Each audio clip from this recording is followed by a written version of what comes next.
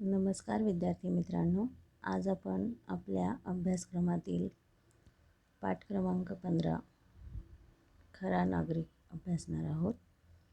या पाठाचे लेखक आहेत सुहास बारटक्के. प्रथम आपण प्रस्तावना पाहूया. प्रसिद्ध लेखक, पत्रकार, वडापाव, कोकणातल्या आडवाटा, कोकणातली देवालये, कोकण, निसर्गयाग, सात मयुराची इत्यादी पुस्तके प्रकाशित. किशोर, लोकनाट्य, भटकंती, वसंत या मासिकांमधून विपुल लेखन. उत्कृष्ट बालसाहित्य पुरस्कार प्राप्त. प्रस्तुत पाठात लेखकाने शालेय विषय अभ्यासताना ते फक्त अभ्यासाचे नसून त्यातील मूल्ये आचरणात आणायची असतात, हे निरंजनच्या व्यक्तिरेखेतून स्पष्ट केले आहे. निरंजनने दाखवलेले प्रसावधान उल्लेखनीय आहे.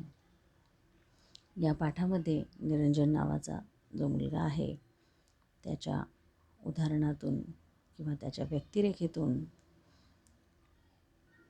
आपण जे अभ्यासक्रमामध्ये मूल्य अभ्यासत असतो ती मूल्य फक्त अभ्यासायची नसून त्याचा आपण आपल्या खऱ्या जीवनामध्ये काही ना काहीतरी उपयोग केला पाहिजे, आचरण केले पाहिजे, याचा संदेश हा पाठ आपल्याला देतो. आता आपण पाठाकडे वळूया.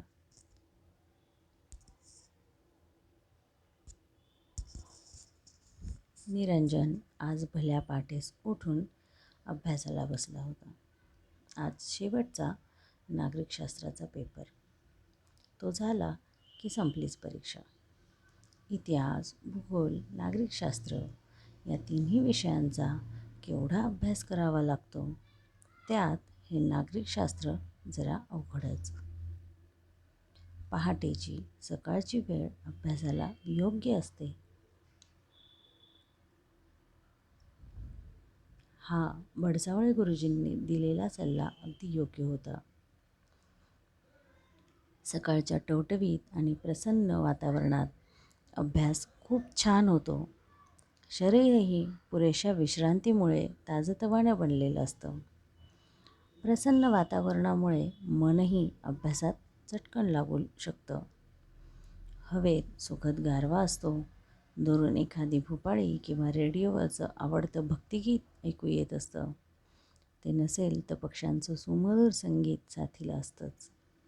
अशा आल्हाददायक म्हणजे प्रसन्न वातावरणात संस्कृतचा एखादा श्लोक चटकन पाठ होतो.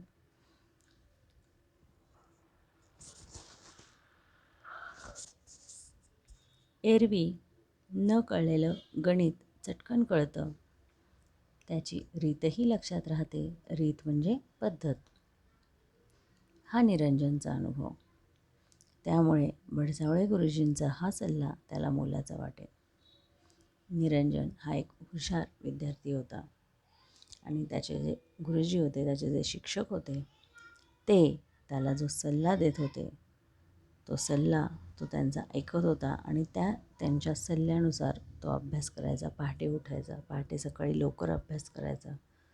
कारण सकाळी उठल्यानंतर पहाटेची जी वेळ असते त्या वेळेमध्ये अभ्यास केला की आपलं मन प्रसन्न असतं, टवटवीत असतं, छान असतं आणि अशा वेळी जर अभ्यास केला तर चांगला लक्षात राहतं, हे त्याला गुरुजींनी सांगितलं होतं आणि त्यानुसार त्यांचा सल्ला ऐकून तो अभ्यास करायचा. निरंजनची गुरुजींवर अपार श्रद्धा होती. तसं गुरुजींचंही निरंजनवर खूप प्रेम होतं. तो त्यांचा लाडका विद्यार्थी होता कारण तो अतिशय प्रामाणिकपणे काम करायचा आणि अभ्यासही. या जगात त्यांचं असं कोणी नव्हतंच. दूरदूरच्या नात्यातल्या एका मावशीच्या घरी चिपळूण शहरालगतच्या एका उपनगरात तो राहायचा. गावापासून दूर डोंगरावरच्या पायथ्याशी हे मावशीचं घर होतं. आईवडील लहानपणीच वारले. काही दिवस मामाने सांभाळ केला आणि मग कामासाठी म्हणून चिपळूणला आणलं. या मावशीकडे आणून सोडलं आणि तोही मुंबईला निघून गेला तो कायमचाच. जाताना मोलाचा सल्ला मात्र देऊन गेला, रडत बसू नको. शेण गोठा वगैरे जी पडतील ती सारी कामं कर. मावशी देईल ते खा आणि इथेच राहा. मावशी तुला शाळेतही घालणार आहे. आता हा निरंजन गुरुजींचं म्हणणं ऐकणार, गुरुजींवर श्रद्धा ठेवणारा निरंजन त्यांचा लाडका विद्यार्थी होते का? कारण तो प्रामाणिकपणे अभ्यास करायचा, जे काही सांगेल ते काम करायचा. त्याला आईवडील नव्हते. तो लहान असताना त्याचे आईवडील वारले, त्यामुळे थोडे दिवस मामाने सांभाळलं आणि नंतर त्याला मावशीकडे कायमचं आणून सोडलं.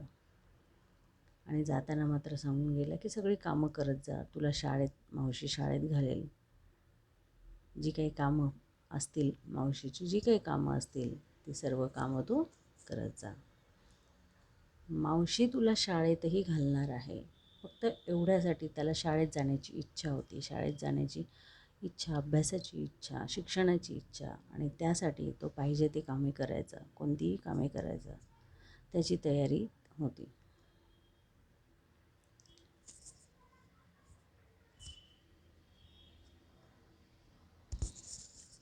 मामा गेला, तो पुन्हा परतला नाही. मात्र लहानगा निरंजन मावशीच्या घरी प्रामाणिकपणे काम करायचा. घरातल्या सर्वांशी त्याने जमवून घेतलं आणि शाळेत नाव दाखल केलं. जे काही कामं असतील सर्व कामं तो करायचा, प्रामाणिकपणे करायचा आणि घरातल्या सर्वांशी त्याने जमवून घेतलं होतं. सर्वांशी व्यवस्थित वागायचा. शाळेत आपलं नावसुद्धा त्याने टाकलं. मावशीची परिस्थिती यथातथा म्हणजे गरीबच, जास्त काही श्रीमंती नाही असल्याने निरंजन वार लावून जेवायचं. पहिल्याच वर्षी त्याची अभ्यासातली प्रगती पाहून भडसावळे गुरुजींनी त्याला थोरा मोठ्यांच्या घरी वार लावून दिले.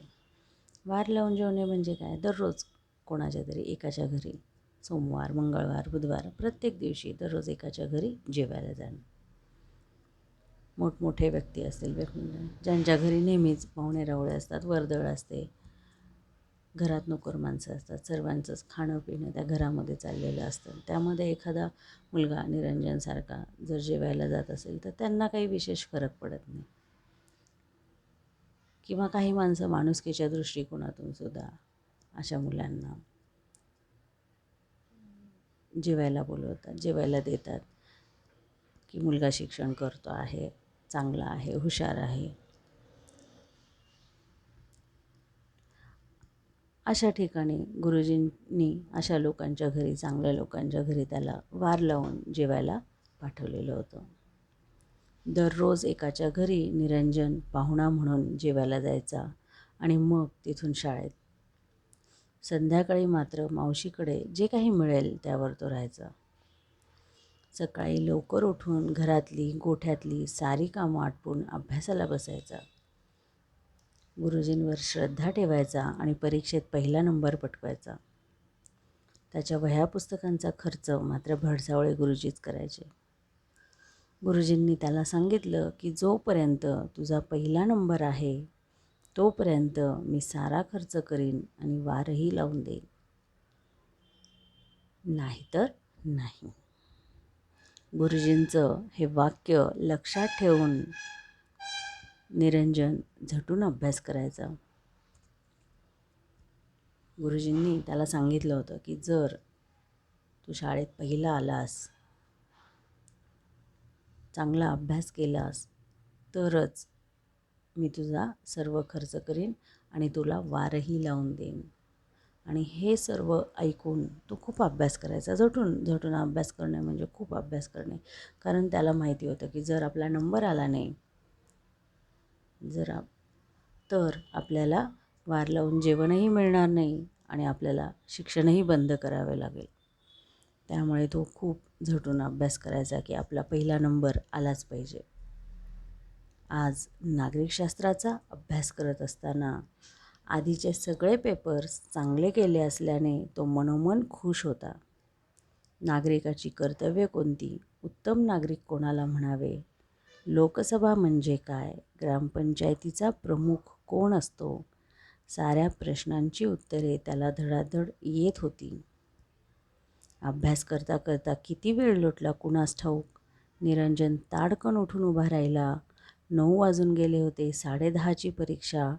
त्याआधी देशमुखांकडं जायचं होतं. केवढं तरी लांब चालायचं होतं. भराभर आवरून तो निघाला. सगळे पेपर्स त्याला चांगले गेले होते आणि शेवटचाच पेपर, नागरिकशास्त्राचा पेपर. आता नागरिकशास्त्र म्हणजे काय? तर नागरिकशास्त्र या विषयामध्ये काय अभ्यासक्रम असतो आपल्याला? नागरिकांची कर्तव्ये, उत्तम नागरिक कोणाला म्हणायचं म्हणजेच काय? तर ही मूल्य जी आपण नागरिकशास्त्रामध्ये शिकत असतो, ही मूल्य आपण अभ्यासक्रमातच अवलंबवायची का त्याचा अवलंब आपण खऱ्याखुऱ्या जीवनातसुद्धा करायचा? हे उदाहरण म्हणजे निरंजन. आता त्याला काय करायचं होतं? परीक्षेला जायचं होतं. त्यामुळे तो उठला, आवरलं, देशमुखांकडे जायला निघाला. मावशीचं घर गावाबाहेर डोंगर पायथ्याशी. मध्ये एक नदीही लागायची. पूर्वी ही नदी पाण्यात उतरूनच चालत चालत पार करायला लागायची. परंतु आता कोकण रेल्वे आल्याने रेल्वेचा छान पूल नदीवर आला. पुलाच्या एका बाजूने लोकांसाठी पायवाटही ठेवली होती. या पुलामुळं आता येणं जाणं सोपं झालं होतं. निरंजन अभ्यासाची मनातल्या मनात उजळणी करत झपाझप चालला होता.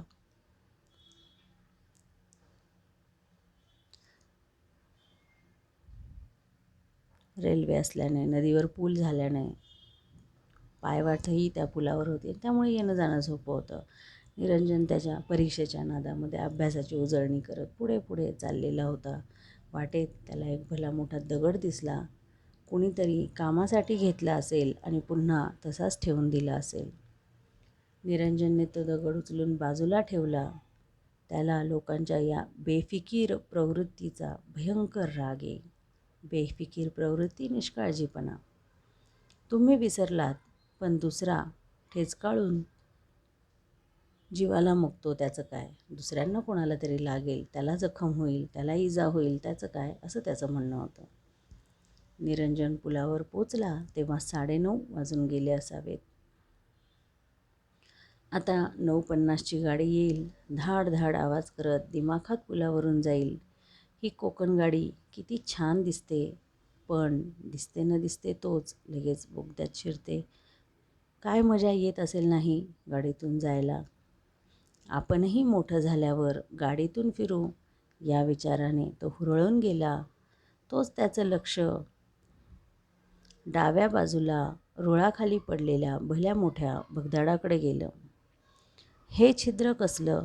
रोज नसतं बुवा, असं म्हणत त्याने जवळ जाऊन पाहिलं तर कुणीतरी कॉन्क्रीट फोडून रेल्वेचे रूळ वेडेवाकडे करून ठेवल्याचं त्याच्या ध्यानी आलं. निरंजनला आश्चर्यच वाटलं. परीक्षेला जायचं म्हणून निरंजन तयार झाला, पटापट चालू लागला. चालता चालता तो आपल्या अभ्यासाची उजळणी करत होता, रिव्हिजन करत होता. त्याला दगड दिसला रस्त्यामध्ये. चालता चालता दगड दिसला. तो दगड त्याने बाजूला केला. याच्यावरून त्याचा स्वभाव दिसून येतो की कोणतीही एखादी खटकणारी गोष्ट म्हणजे रस्त्यावर पडलेला दगड कोणी उचलून ठेवत नाही. येणारे जाणारे बघत असतील पण कोणी उचलला नाही. पण त्याचा त्रास दुसऱ्यांना होतो म्हणून त्याने स्वतःहून तो दगड बाजूला करून ठेवला. त्याची वृत्ती म्हणजे दुसऱ्यांनी कोणी काम करावं याचा विचार न करता तो स्वतःच, त्याला काही दिसत असेल तर स्वतःच आधी ते करायचा. तो विचार करत होता, आता इथून गाडी जाईल, अशी रेल्वे धाड धाड आवाज करत गाडी जाईल. ही रेल्वे किती छान दिसते, आपण सुद्धा गाडीत मोठं झाल्यावर फिरूया, असा विचार तो करत होता. आणि त्या विचाराने तो आनंदी झाला. आणि त्याने पाहिलं, पुढे पाहिलं तर काय, रेल्वेच्या रुळाखाली एक भला मोठा होल, छिद्र पडलेलं होतं. आणि त्याच्या हेही लक्षात आलं की हे दररोज नसतं. म्हणून त्याने पुढे जाऊन पाहिलं तर कुणीतरी पूर्ण कॉन्क्रीट फोडून सिमेंट काढून रेल्वेचे रूळ पूर्ण वेडेवाकडे केले होते. आणि तेव्हाच त्याच्या लक्षात आलं की आता फार मोठी घटना पुढे घडणार आहे. फार मोठा अपघातसुद्धा रेल्वेचा होऊ शकतो, हे त्याला विचार डोक्यात आले. आता एका बाजूला होतं की त्याला शाळेत जायचं आहे, परीक्षेला जायचं आहे, परीक्षेचा अभ्यास करायचा आहे, परीक्षा द्यायची आहे. आणि दुसऱ्या बाजूला त्याला हा प्रसंग दिसत होता की पुढे रेल्वे येईल आणि प्रचंड मोठा अपघात होऊ शकतो. हे चित्र त्याच्या डोळ्यासमोर दिसत होतं. आता यावेळी निरंजन काय करेल? तो परीक्षेचा विचार करेल का अपघात होण्यापासून वाचण्यासाठी काहीतरी प्रयत्न करेल?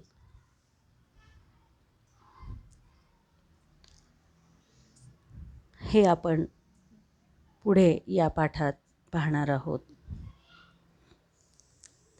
एकदा का तुम्ही